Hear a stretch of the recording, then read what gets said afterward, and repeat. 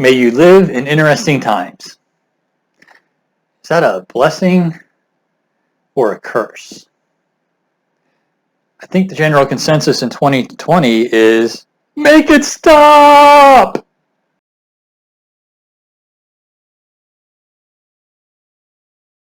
So in this video, I plan to talk a little bit more towards topics and themes that I plan to go into much more detail about as we go, and kind of is actually closer to the focus of what this channel is intended to be, and that is to give a picture of where I believe that our place in history is, and to provide a context for the important role that we're going to play, not just in the lives of the next couple generations, but possibly for humanity for millennia to come. We're kind of at a critical point. Now, one of the main graphs that I think really exemplifies the unique point in history that we're at is this rough sketch of human population growth. And in particular, if we look at what we have seen up till now, it looks rather exponential. But then when we look to the future, there's actually three models that the governing authorities that project these things make. And the first one is you just take the current growth rate and extend it out linearly.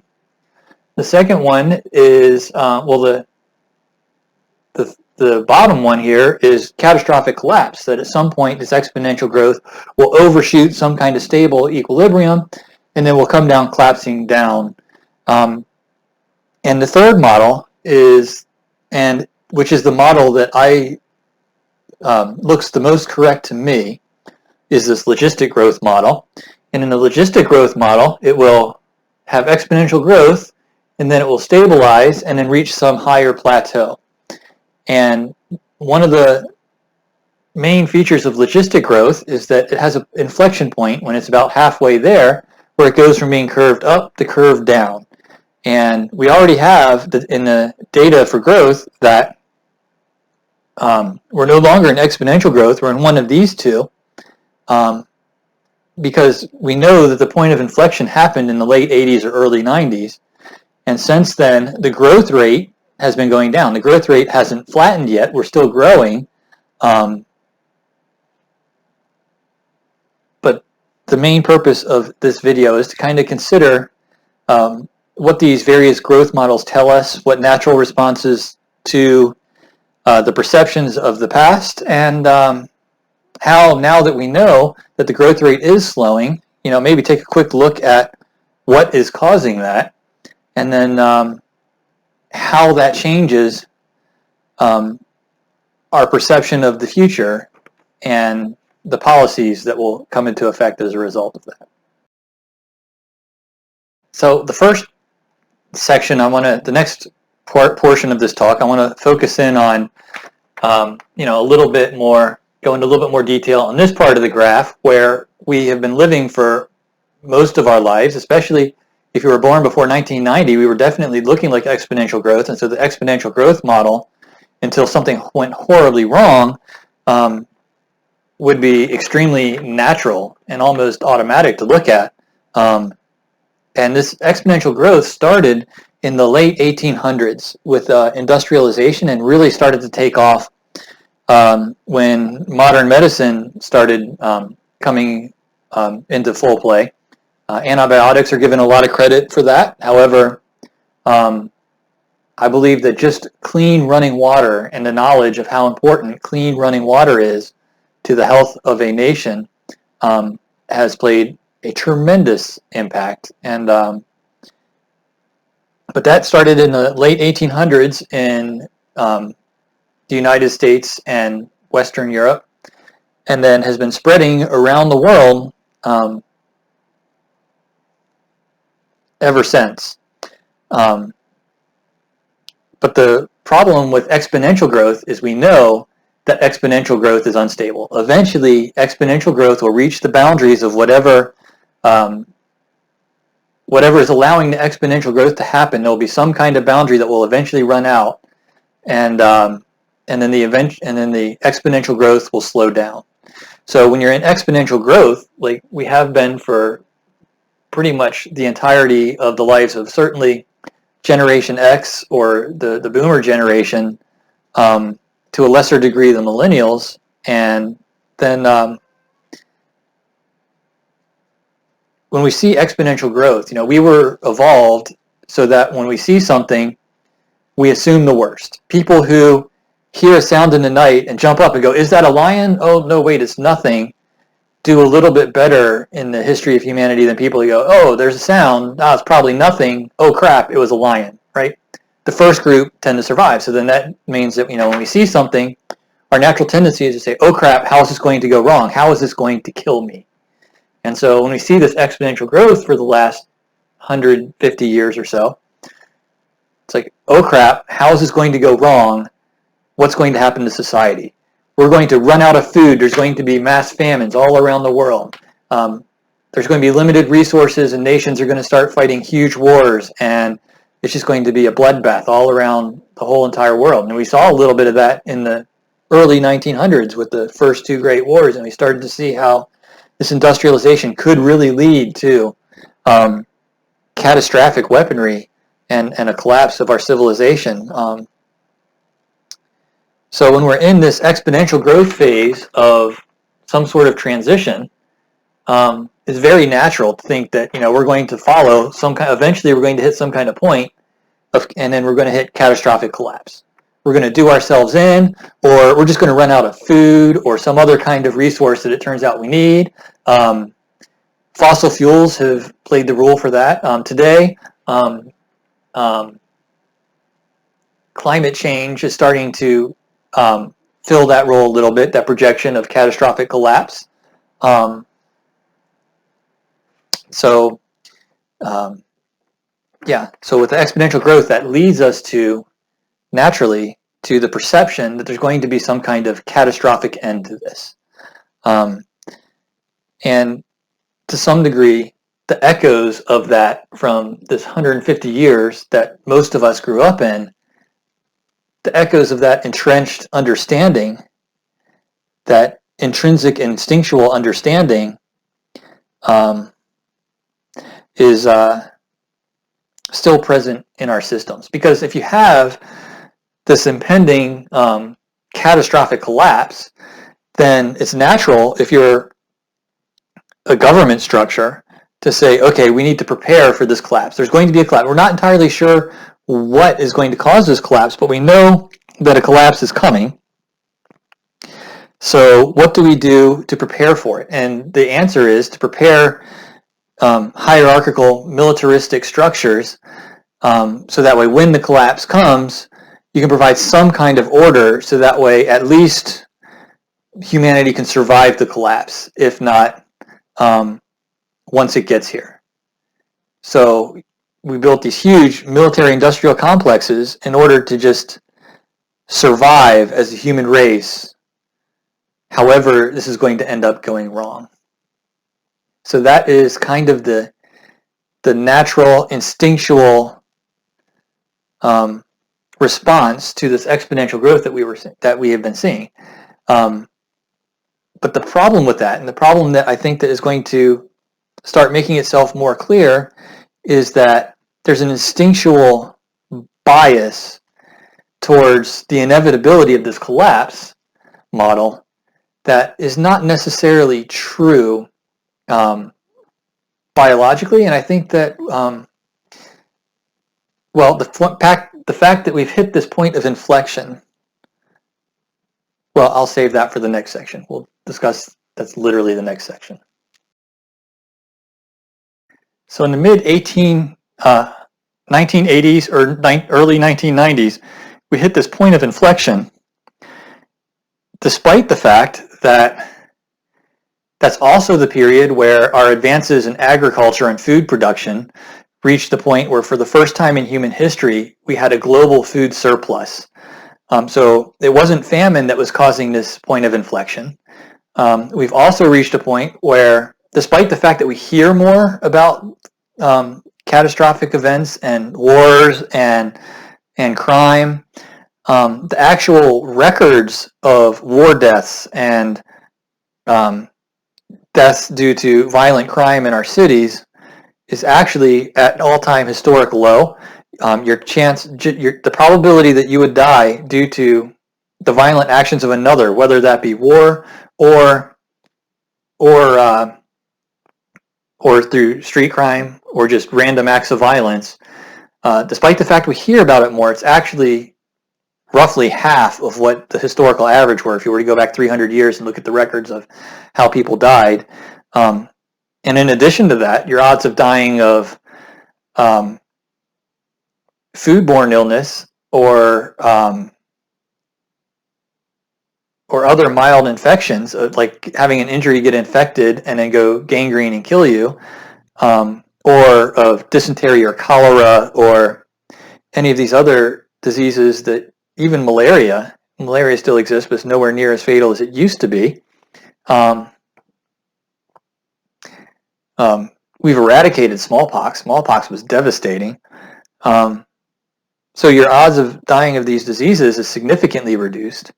And so despite all of these things that are the ways that we envision this catastrophic collapse over my head, that curve over my head going, they didn't happen. So why did our human population reach an equilibrium point? What caused that?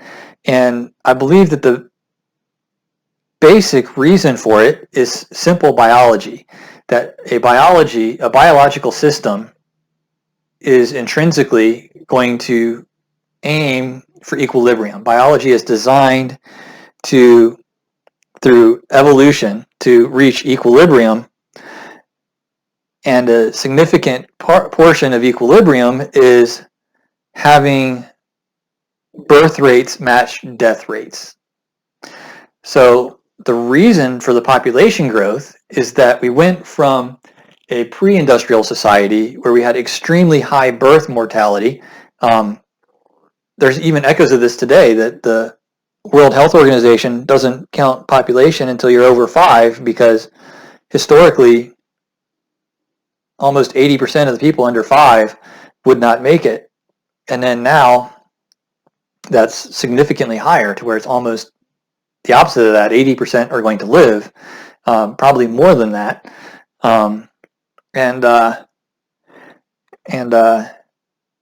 Yeah, so the mortality rate was so high. So as a result of that, just in order to keep our population stable, we need to have a high birth rate. A couple would need to have 6 or 7 kids to replace not just themselves, but also account for the fact that 4 or 5 of those aren't going to make it to adulthood because of some sort of disease, so they're not going to be able to reproduce. So in order, the high mortality rate meant that the birth rate needed to be higher just to be able to keep and sustain a population. So then industrialization hits, and all of a sudden the mortality rate goes down. People start living longer. Kids start surviving to adulthood at almost a 100% rate. So what happens is, but the culture doesn't change, right? We still have these traditions where, you get married and you have kids, and that's for the most part what people did historically. And so then the result of that is when we now have low birth mortality and high birth rates. So this would cause a population to grow. And and so then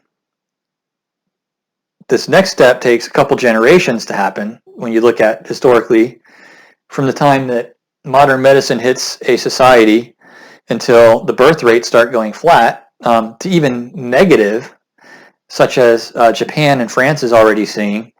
But in the United States, it's certainly flattened out, and in most of Europe, it's flattened out. In most of Asia, it's flattening out.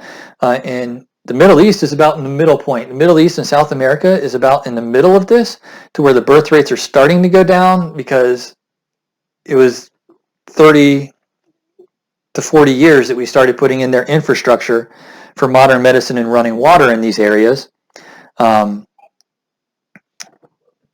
So they're just starting to have their birth rates go down. Yeah. So that's what causes it. And then after, we reach this equilibrium point where our society adjusts, we then get to the industrial, like what we have in Western Europe and the United States, where now our mortality rates have gone down. And so that happened here. The mortality rates go down, but then our birth rates then adjust to match the new mortality rates. So that way we then reach equilibrium again. So we had this equilibrium where we had high mortality, high birth rate.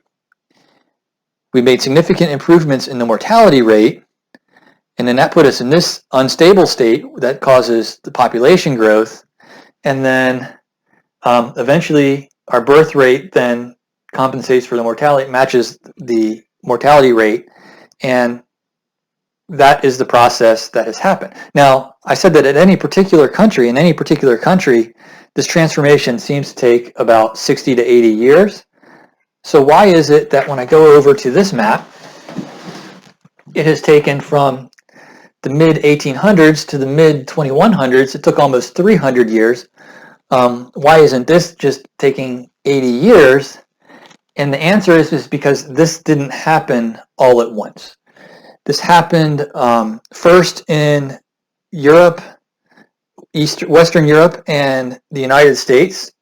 And in those areas saw a population growth in the early 1900s. This is the origin of the name boomer for boomer generation. The baby boomers there was an explosion of babies, in part because of this and the tradition to have large families, and they also happened in a more condensed period because the sexes were separated and then all of a sudden reunited, so everybody has kids all at once.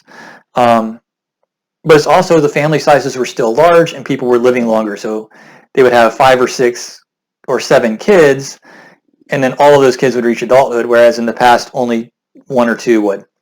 So then we had this huge generation. And so that's what happened in the United States. Similar thing happened in Europe after the wars, the Great Wars. But then Asia and some parts of Central America, the more wealthier nations outside of that began to become industrialized, and and get running water, and then those areas then saw a boom in this middle area. And so that was in Asia particularly, was next. And then there, the growth got so extreme that they put extreme measures to kind of force their society into this rate. But I think history has shown that that's not necessary, because just the cost of having a kid now has grown, because now it used to be when you're in this paradigm, your kid's going to die. So why put resources into it if it's probably going to be wasted resources? Whereas in this paradigm, you have a kid. That kid's going to be, if you have a kid, the assumption is that every child is then going to become a protective member of society, and we need to put resources into it. So then having a kid is a resource-intensive proposition now, more than it was in the past. And so then that just makes people have less kids, because each kid is going to it's going to cost resources so they can end up producing even more resources in the future. In some sense, you're paying it forward because your parents paid that cost for you. So then it's your duty to pay it forward to the next generation. Yeah, so that is the cause of it. And then, so currently, so South America and the Middle East are now in this transition areas, and actually their birth rates are starting to come down. So they're starting to transition this way.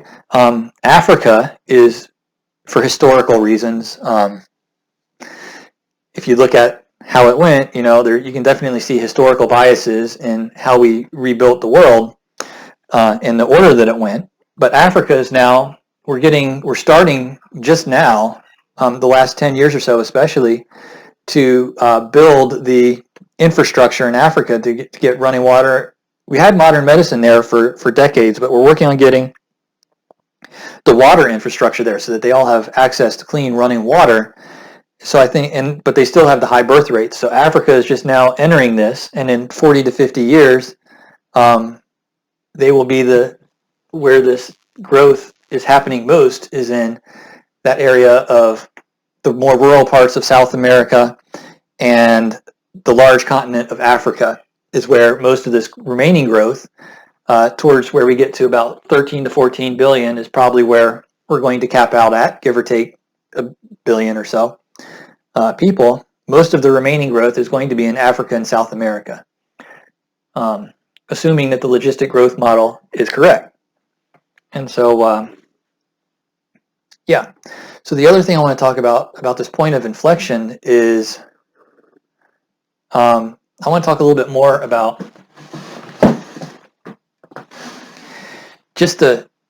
so biology is very good at allocating resources to where they're going to be the most productive in sustaining and growing that biological unit. So if we look at human population as a whole, as like a colony of sorts, like a bacteria colony of people, then with our different nations being different little blobs on the petri dish of Earth, then it makes sense that, if we're in this type of paradigm where we have high birth mortality, both in the role of children and also the women dying in childbirth was significant, and especially since the pressure on them to have multiple children, that increases the odds of something going wrong. And without the modern medicine to be able to deal with that, significant proportions of women would die in childbirth.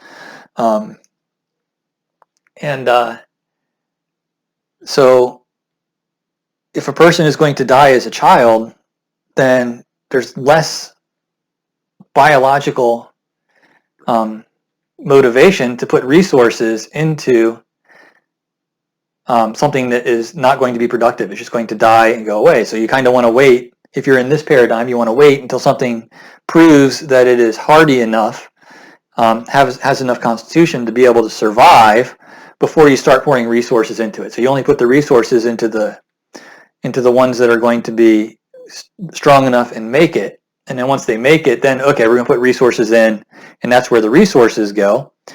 So the resources really only go into the top survivors. And then also, since, it also puts in, because of the increased mortality due to the birth process of women, that lowers the rate for women. So that could be part of just from biology, why historically women tended to fare not as well as men, because women were more likely to probably die in the childbearing ages relative to the men who have survived to the childbearing ages. Whereas, so that was the old paradigm, but now we're in a new paradigm. In this new paradigm, we now have low birth mortality. So when we have low birth mortality, all of a sudden, we now have children. Each and every child is now going to be a productive member of this worldwide civilization that we're in. So it makes sense from the very beginning to start putting resources into children, to educate them, to feed them, to make them strong, to make them healthy, because implicitly the assumption now is if you have a kid, that kid's going to grow to adulthood. I found sometimes I hear people talking about how it's unnatural for a parent to outlive their children, and the tragedy when a parent has to bury their own child, as if this is some kind of new thing that hasn't existed historically. And why historically was it not given a name for these parents who have to bury their children? I heard somebody lamenting. And the reason why is because in the past, that was just being a parent. The assumption was if you were a parent having kids, chances are you're going to have to bury half to 2/3 of those children to disease or famine or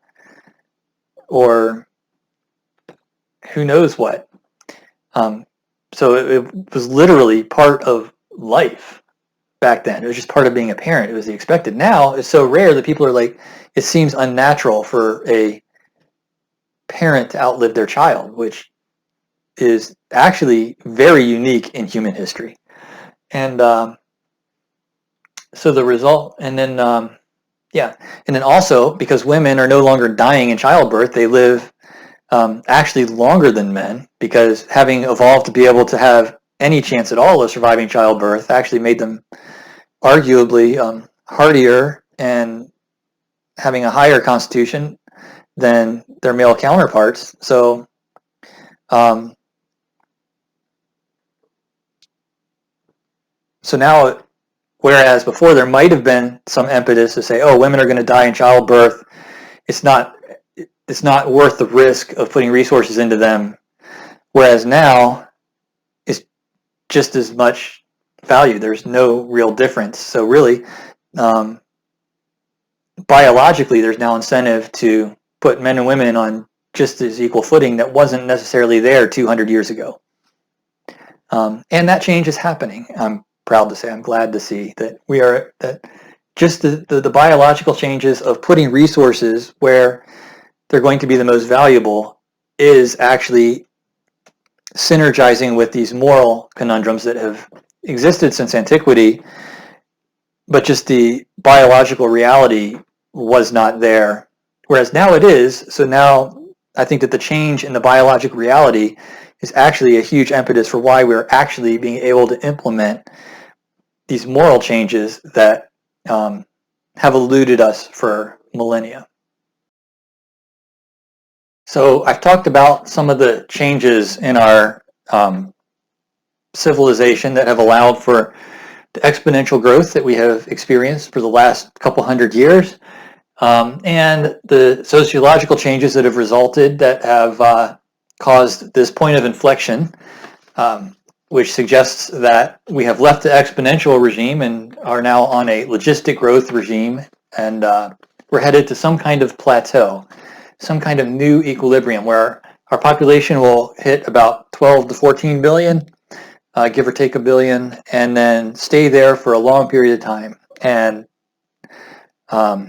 essentially what's going to happen is our society is going to reach a Nash equilibrium once we have a constant population. And what a Nash equilibrium is it's basically a state where all of the actors in the state have their roles set there, and all of the reward systems in there for every single actor is designed to benefit them as long as they're doing their role. So anybody changes out of their role, then the reward systems are such that it would motivate them back towards their role. And it's possible that there's Nash equilibria are not unique, they're just stable. So if you're in one, if you make any kind of perturbation, there's a pressure to get back to where you were. But there could be multiple Nash equilibria where basically we could think of this as a paraphrase like a culture. So you could have like one culture, two different cultures, and where the people act within their culture in a different way. But within any culture, any of the actors in a particular culture, if they try to stray away from that to like act like they're in a different culture, then there's pressure within that culture to bring them back in line with that particular culture. And so you can think of different cultures as different Nash equilibria. And it's hard to change from one to another. In the view of context, I'm not even sure it's desirable in the large scale. But it's very well possible that you could have some equilibria that are that if you move from one equilibrium that we're in, there might be another one out there that would actually benefit most of the people in it. But because of the stable nature of a Nash equilibrium, it would take some kind of outside catastrophic event to move from one to the other. And technology, this growth, one of the natures of this is that, this in and of itself, this change in population in and of itself is such a disruptive force that can move us from the Nash equilibria that we had existed in for most of the last 10,000 years to whatever kind of future we're headed to. And so we used to be in a feudal, localized city-state type dynamic. It's pretty much what has dominated for the last 10,000 years, with the exception of the last couple hundred. And the question is, we're in this middle period where once we hit this Nash equilibrium, once we get there, 200 years from now, it's going to be nearly impossible to change whatever systems are existing at that point. But right now, we're still in the growing phase. We're still building the infrastructure for whatever dynamic that is. So it's kind of incumbent on our generation, the people alive right here at this point of inflection point, to really consider what kind of Nash equilibria are possible and design things for a more optimal Nash equilibria, because whatever path we end up following, it's not just our children and grandchildren that are going to have their lives shaped and influenced by that, but it's literally thousands of years of human civilization that are going to be impacted by the decisions of the next 100 years. So I think that warrants careful consideration and thought as to what it is that we're building. And I want to look at three different options. The first option, and the one that is kind of pressing with that, the natural instinct for how things can go wrong. We see where we're at, and we like to see, we look out for the lions, right? We don't like to, it's not natural for us to think, okay, things are going to be okay. We're going to go in a logistic growth pattern and things are just going to go okay. We like to be prepared for, we're wired to be prepared for what could go wrong. So the first thing as to what can go wrong is that we have spent the last 150, 200 years building up a top-down militaristic hierarchy that is built to allow us to survive this catastrophic event that our exponential growth was going to produce. And the problem is we now know, it now appears that the population growth is going to end without needing a catastrophic event to limit it. And so the problems that this military industrial complex, I can call it, was designed to handle may not materialize. But then these organizations have a lot of power built into them, enough so that they can actually create catastrophic events. And so the first threat is that the institutions that we have built could create the very catastrophic events that lead to an artificial catastrophic event that then they were designed to take over control once the catastrophic event happens. So they might force a catastrophic event that's not natural so that they can gain that control, and then we end up in a surveillance police state, high-tech society that is top-down military fascist nightmare. So that is the first option that we need to watch out to avoid. And I think that that battle is going to be the primary battle of the next 10 to 20 years. For various reasons, I'll have plenty of time to talk about that in upcoming videos. The next scenario I want to talk about is the communistic nightmare. I talked about the fascistic nightmare. The communistic nightmare is where our government institutions enforce strict equality of outcome. So it's not enough that we're going to allow everybody to have opportunity and decisions in their life. We're actually going to say, if the end outcomes are not in some sense distributed equally, then we need to actively alter the dynamics to favor and unfavor people so that the outcomes of job choices, of wealth, of everything, are the outcomes are equally distributed regardless. And then that has a danger of, if we're going to be guaranteed equality of outcome, then the highly motivated people that advances come from, and that even, produce the excess that allow us to distribute to the need of those who are less able. If we guarantee equality of outcome, then that undermines the motivation, and we have seen this in Venezuela and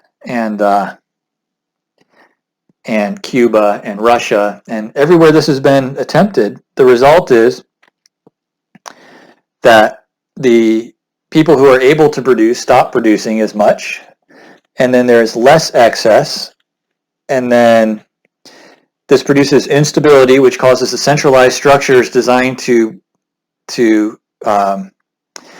distribute the resources. The power then consolidates in that, and then it ends up always falling back into a feudal type system, where you have the strong centralized government and then dictating the what needs to happen at all levels. So that is the communistic nightmare.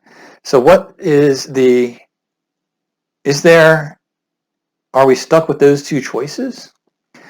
Or is there another possibility? Is there a middle that we're excluding? And I believe that there is. And it comes from basically the nature of how our technology works. So when you look at our computer,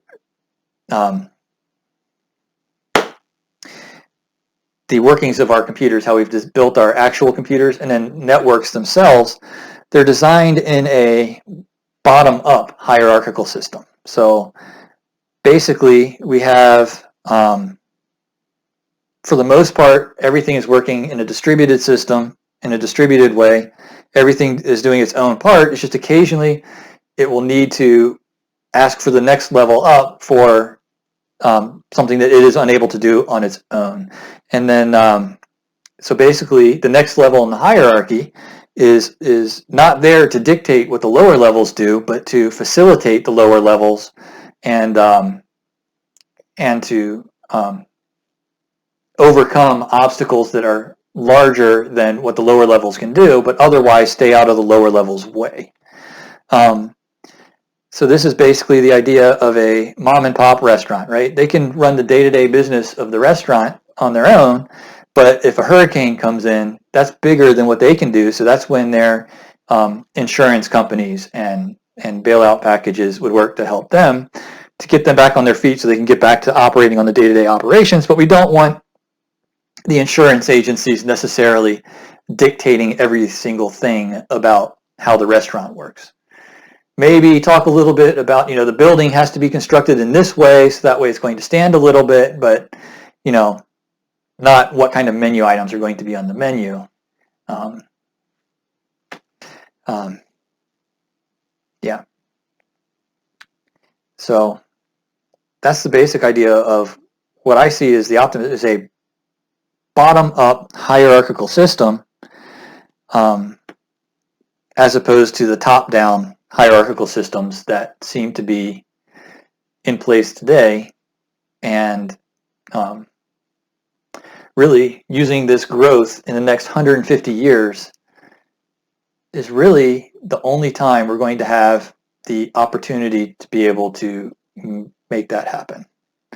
I want to emphasize one other difference between this and the communistic nightmare is the concept of the Pareto distribution. Is when you look at the distribution of just about anything, the sizes of objects in the solar system, the wealth in a industrialized nation, the wealth distribution, the the number of views on a YouTube video channel, they follow a Pareto distribution where most everything is at the very small, and you got a few outliers on the very high that account for a significant portion of the weight. I'm on the very small side. You know, PewDiePie is going to be on the very large side. And I think YouTube would be very bad if we distributed equality of view time, right? If every YouTube channel was, you couldn't get to 1 million views, you couldn't get to 2 million views until every other YouTube channel had 1 million views, we'd all be watching a lot of really crappy videos. For example, your case right now, possibly. But yeah, if you're trying to flatten that, that's unnatural.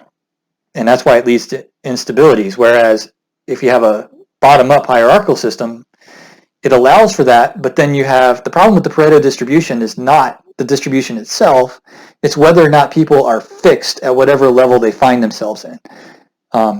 So if people are able to move around based on what they're actually producing, then the Pareto distribution is actually a benefit. Whereas if you're locked in, then you're not. So when we get to this bottom-up distributed system, it needs to be the case that, you know, if you're working hard, you're going to make money and move up in the Pareto distribution of wealth, whereas if you're some kind of trust fund kid who just was handed a huge allotment of money and said, run with it, then you'll be sliding down if you're not producing anything with that privilege that you had been given. But yeah, I'll have some more to say on those topics on future videos.